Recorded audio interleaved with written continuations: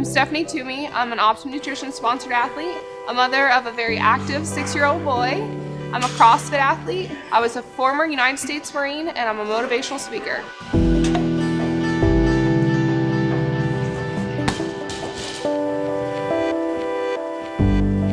I've been in sports my whole life. I became a sponsored softball player. I played travel ball, and I started traveling all over the state of Florida, which is really good because I had a really big passion for sports. But my mother was diagnosed with brain cancer. She couldn't bring me to practice, but my coaches would come and pick me up, made sure that I made it to practice. So I really believe that athleticism was my gift. In high school, I went to a really big school in Jacksonville, Florida. We were a 6A school, over 4,000 students, and I was in hopes to make a Division I softball team. Going into my senior year, my mother had another brain surgery, another tumor, and it got put in inpatient therapy. My father, who was never around, came home and ended up emancipating me and left all those scholarship offers behind. So after I graduated high school, I ended up enlisting in the United States Marine Corps and didn't play any sports, wasn't active other than my training for the Marine Corps. I wanted to really challenge myself physically with weight training. So I went out before deployment and bought Arnold's Encyclopedia of Modern Bodybuilding. And I had all my sea bags, my pack, my rifle slung, and we're manifesting onto the airplane, and I had Arnold's Encyclopedia in hand. Every single day was training weights. I would just read. I had no really clue how to train or isolate body parts or groups, and we were very limited on equipment. So I demanded that they brought me a barbell and some weights. So I had 45s, 25s, and a barbell. And I just became very creative with doing reverse hyperextensions off of front of a Humvee, or I did a lot of pull-ups, anything with the barbell. That's how I trained. I came back pretty strong from that. When I was 21 years old, I got a phone call that my mother was having, that hospice came in, was taken over with her care. And I went to see her, and she sat me down and told me that she was gonna die. And I had dealt with her being sick my whole life. 3 months later, I showed up, and she was in our living room, and I told her that it was okay, and she died in my arms. Fast forward a year after that, I found out that I was pregnant. So I took the news when the doctor told me that I was pregnant, and I felt my life was over. I didn't tell anybody and continued to do all my duties as a Marine. And about 5 months into it, my son's biological father showed up and said he wanted to be a family, and moved into my apartment, and I fully did everything in the house, financially, everything. And one night he didn't come home, and he showed up at my house, choked me, and poured a hot coffee over my head and said, "I don't ever want you to ask me where I've been or what I'm doing, and I'll come here when I feel like it." And from that day on, I lived in hell. I was captive in my own home. I couldn't love being pregnant. I could never tell him that I felt my son move. I was very detached from the motherly elements of being pregnant. In my 3rd trimester of pregnancy, I was in our shop. I had that nesting feel, but I was the Marine Corps. We're gonna paint the shop. So I was on this 15-foot ladder painting, and my water broke. I called my doctor, like, "You need to come in, you're in labor." So I called my son's father, who's like, "I'm not a doctor. Go to the hospital then." So I drove myself to the hospital. I didn't really have anybody to tell. I ended up giving birth alone. He never came. And I was with my new infant, who I didn't even know really what it meant to be a mom. All I knew is that I had a big responsibility, and I was gonna do it alone. And I promised him that no matter what, I would do whatever I had to do to give him an opportunity. All I could do was promise to give him a chance to do whatever he wanted to do in life. It really took me having my son and seeing him to realize I'm not just responsible for my own reputation, my own health, my own anything. It was all about him. He's such a great little boy. He's active. He goes with me everywhere. He trains with me at the gym. We've been doing it, just he and I, and trying to make it happen. And I don't want people to see my pictures or see me stage perfect or whatever and think, oh, I could never do that. because I'm going through this in my life. Everybody has a story. Everybody. Life's hard. So if I can be an inspirational voice or tool for them to be better, then I want to use that. I don't want it to go unnoticed. I competed in figure 3 years ago, and ever since then I've just been really training a lot, heavy weights, and my quads are overdeveloped, I'm just bigger, and I like to train that way. So I wanted something that would really embody how I train, and that was real. I didn't like being restricted when I trained as like a figure athlete in bodybuilding, where you did sets and reps for an aesthetic purpose. I wanted performance. I've recently, within the last 3 months, transitioned completely into CrossFit, which if you talked to me 4 months ago, you would have thought it would never happen. Now I don't go anywhere without my nanos, my Olympic lifting shoes, a lacrosse ball, my straps.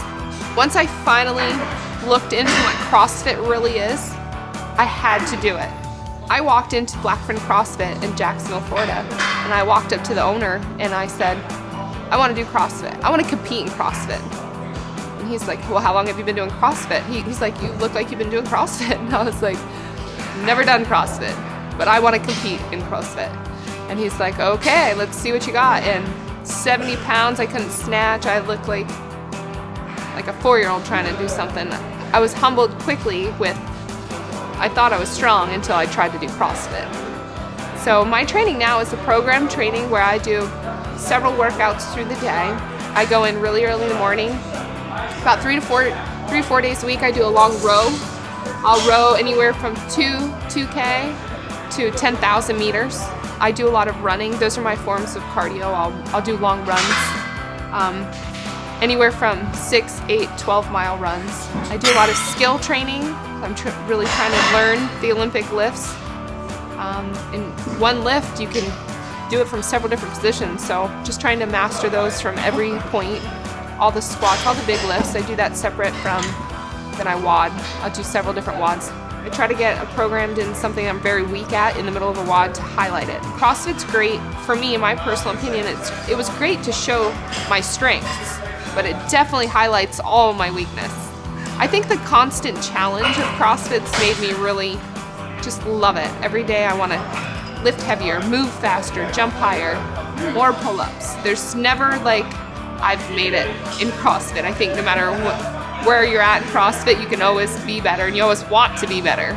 You're competing against the clock, you're competing against yourself primarily, and you're competing against everybody else. CrossFit changed my life. It gave me a competitive aspect that I wanted again. It gave me that sense of camaraderie with the other CrossFitters. Anywhere you go, you see CrossFitters, or the box that you train at, and it also gave me new goals. Every day I have a new goal. In my opinion, fitness is strength, flexibility, endurance, all those things, not just a picture that says I'm fit, because you might not be. I want someone to say, put that 400 pounds and pick it up, or 300 pounds on your back and stand up with it. That to me is beautiful, and it's strong, and nobody else can tell me that. I only eat to either fuel or refuel for my workouts. I don't say 6 times today I'm gonna eat. I plan what I'm gonna eat off of how I trained. So if I'm not training that day, of course I still eat, but it's just very limited, or probably something smaller scale than what I would eat if I wasn't training. Also, I believe in that 80-20 rule. 80% of the time you need to eat for functional purposes of refuel or for hunger, and then 20% of the time nutrition is a social thing. You go out to dinner with friends and there's something extra yummy and you want to try it like 20% of the time, unless you're really like dialing in to compete in something. So my son, I let him, every time we go to the grocery store, he knows he gets to pick his one treat. And I call it that. I don't like that dirty, filthy word of cheating. Like, you can cheat on a lot of things in life, but I don't think that nutrition should be something associated. It does something with your mind. Therefore, if you ever fall off that wagon and you eat something that looked so tempting, then you feel like you've just failed. I just cheated. Instead, I treated myself to, the company office party that had those nice, yummy cupcakes, and then you just say, oh, I guess I can't treat again later in the week. I think people go away from good intention when the convenience is there for something that's a little bit more handy and the drive-through, and they don't want to go home, and they got all the kids in the car, and they just rather just make it happen. One trip, they pull in, and all the kids are fed before they've even eaten before you got home. So I don't ever leave the house without food, ever. Things I pack in my bag, I have chickens, I do tunas, I do nuts, I do Lara bars, I do carrots and baggies, stuff like that. I cut celery up, I chop up a bunch of vegetables and put them in. Avocados I like to eat, they're not very handy to carry around an avocado, but I do like to, one of my favorite recipes, cucumber salad. It's just dill, lime, sesame seed, and cucumbers, and it takes literally like 3 minutes. You can always control what you put in your mouth, always. Nobody forces you to eat poorly. So if that's one thing that you control when you have all these other uncontrollable elements in life, you should take the time to, 80% of the time, to eat the right things. I like to use the analogy DTS, diet, train, then supplement. Supplement should fill in blanks. I think supplements are definitely things that should be used by everybody. So the biggest thing is to figure out what your body's naturally not producing enough of, or where you might be losing it during your training, and supplement that back into your nutrition. So for myself, what I supplement quite a few things. I take in fish oils. I take in whey, a whey isolate. I normally take that post-workout immediately after I'm done training, or I take it when I'm on the go. I like to use it in cooking too. I like to throw whey scoops into, make pancakes with almond flour, throw whey to have a complete meal. I take in HMBs, I do ZMAs at night, CLAs, and of course I take in all my micro minerals. So I do a multivitamin, but I make sure I get enough zincs and seleniums and all those micro minerals that you need. Now I do so much of performance stuff, so I'm not just training for strength, I train for endurance. So there's different things that I need to take in, fast absorbing carbohydrates. So products that have fast absorbing proteins and slow digesting proteins to fill me up, or to continue to fuel me through those long workouts that I have. So it has changed, and also I did a lot of more pre-workouts, like caffeine stimulants throughout the day. Now I really try to cut back when I'm not training, so that because I train so much and so hard with CrossFit, that I try to use those stimulants definitely around the times that I'm going to work out. With casein protein at night, I love to make ice cream with it. So I take almond milk and casein and I mix it. Sometimes I only make it to the pudding stage and I don't get it into the freezer because I'm that hungry. But if I can, I leave it in the freezer for about 10 minutes and it's just perfect consistency to eat it like ice cream. And supplements can be expensive, so make sure you're taking in what is good, that can balance into your budget, what can balance in for specifically what you're doing for training. Or call me and I'll send you a whole bunch of free stuff.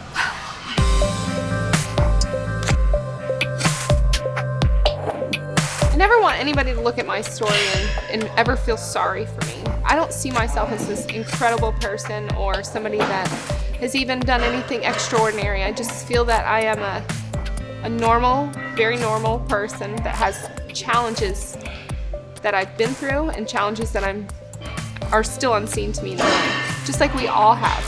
When I was in the Marine Corps, I sat in this class and there was this crusty first sergeant, and he sat up there and told us, motivation, the worst word I've ever heard. It's like a shot. You take it, everybody's happy, runs around, and then after it's wore off, you're either worse than you ever were or you have this really bad hangover from it. And I was like, this guy just likes to run his mouth. Like, that doesn't make any sense. Then he came back with it and he said, instead, look for something that inspires you. Because being inspirational, that can last a lifetime. It could be listening to someone talk for 5 minutes and be like, they did that, I can do it too. So I try to find things that I'm inspired by, and I try to, you know, set an example of things that are inspirational and achievable. I'm definitely achievable, and I'm not something to think that is anything beyond that. So just take your goals. If you've got to write them down and stick them places that you see them, and remind yourself often of why you're doing what you're doing, and always stay true to that. I'm Stephanie Toomey, and if you want to contact me further or follow me, you can follow me on Bodyspace. My Bodyspace name is ST14Supergirl, or Twitter, Stephanie_Toomey, or you can find me on TrueStrength.com, on the Opt to Nutrition True Strength website, or you can follow my personal blog site, which is just StephanieToomey.com. And for more videos and content like this, come back to Bodybuilding.com.